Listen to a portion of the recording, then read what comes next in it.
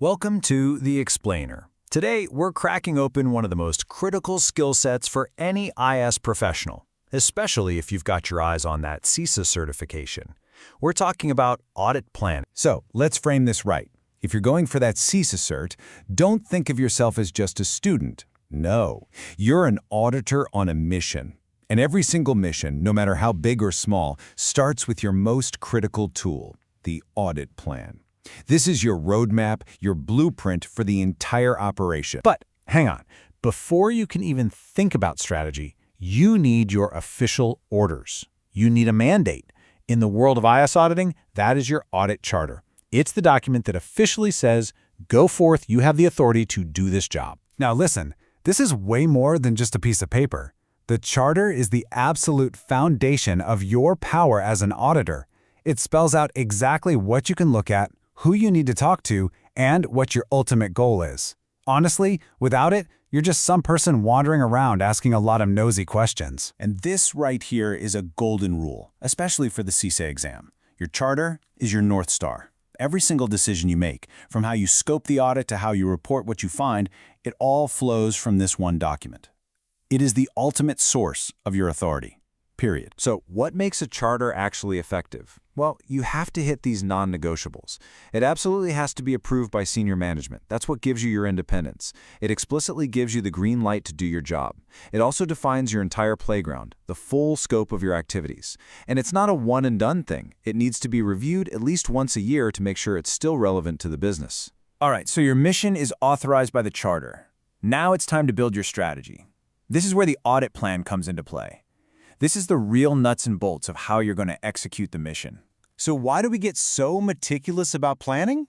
Because, and this is a core piece of auditor wisdom, you can't audit everything. It's just not possible. A solid plan makes you think strategically. It forces you to focus your precious time and energy on the areas that pose the biggest risk to the organization. It gives you structure, keeps things objective, and you know what? It makes the entire process way smoother for everybody involved. You know, what's really cool is when you see the audit process laid out like this. Think of it like a system. You've got your inputs, things like the company's goals, the laws they have to follow. Then you've got the processing phase. That's where you do your magic, the risk analysis. And finally, you get a super valuable output, that audit report, which is your real opportunity to make a difference. Okay, now we're getting to the heart of it. Mapping the terrain to spot the dangers. I mean, you can't possibly protect an organization if you don't really truly understand what you're protecting it from in the first place.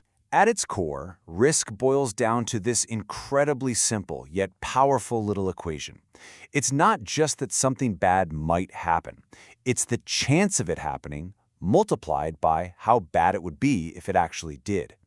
A huge part of your job as an auditor is to figure out both sides of that equation. And you have got to know the difference between these two. A vulnerability, that's like an unlocked door in your house. It's an internal weakness, something you can fix. A threat? That's the burglar outside, actively looking for unlocked doors. That's an external force you can't really control. You can't have a risk without both. You fix the vulnerability to defend against the threat. Here's another key distinction you've got to nail down.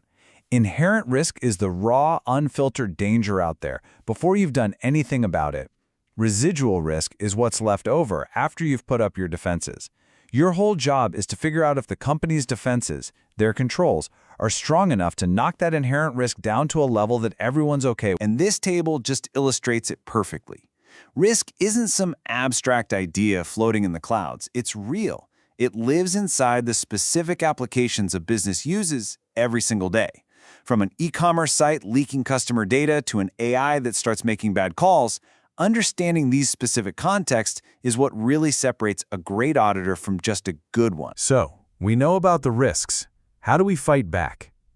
Well, you have a whole arsenal of defenses at your disposal. In the CISA world, we call these internal controls. The best way to think about controls is as a layered defense. They're not meant to work alone. You have controls to stop things from happening, to find them if they do, to fix the mess, and even to just scare the bad guys away. Let's break them down. First up, your preventive controls. These are your frontline soldiers, your castle walls. Think firewalls, strict access controls, strong passwords. They're all designed to stop an attack before it even gets off the ground. But let's be real, no wall is unbreakable. So when a threat does slip through, you need your detective controls. These are your alarm systems. They're the things like log monitoring or intrusion detection that suddenly start screaming, "Hey, something bad just happened in here." So the alarm goes off. What now? You deploy your corrective controls. This is your emergency response team rushing to the scene. We're talking about things like your disaster recovery plan or your data backup procedures. Their whole job is to contain the damage, clean up the mess, and get everything back to normal as fast as possible. And finally, you have deterrent controls. These are fascinating because they're all about psychology. A big sign that says this area is under video surveillance might not physically stop someone, but it sure makes them think twice. It's about warning them off before they even try to pull something. Okay, deep breath. You have your official orders. You have your strategic plan, you understand the risks, and you know all about the arsenal of controls. Now, and only now, are you ready to execute the audit mission. Now, dependent on what your charter says, you'll conduct different types of audits. An IS audit, for instance, is laser-focused on system safeguards. That's the classic CIA triad: confidentiality, integrity, and availability of data. A compliance audit is all about checking if you're following the rules and regulations. And an operational audit looks at how efficient your controls are. But here's the kicker. The biggest risk of all, the one we really need to manage, is audit risk itself. And look at this formula. It's got the organization's risk in there, sure, but it adds a third piece: detection risk. And that's on us. Detection risk is the chance that you, the auditor, failed to spot a major problem. And that really brings us to the final, crucial question. Look, finishing the audit is only half the job. Your amazing findings are totally useless if they just sit in a report gathering dust on a shelf. Your final, and maybe your most important challenge is this: how do you translate all that technical stuff into a story that convinces leadership to actually do something about it? That is the art behind the science of auditing.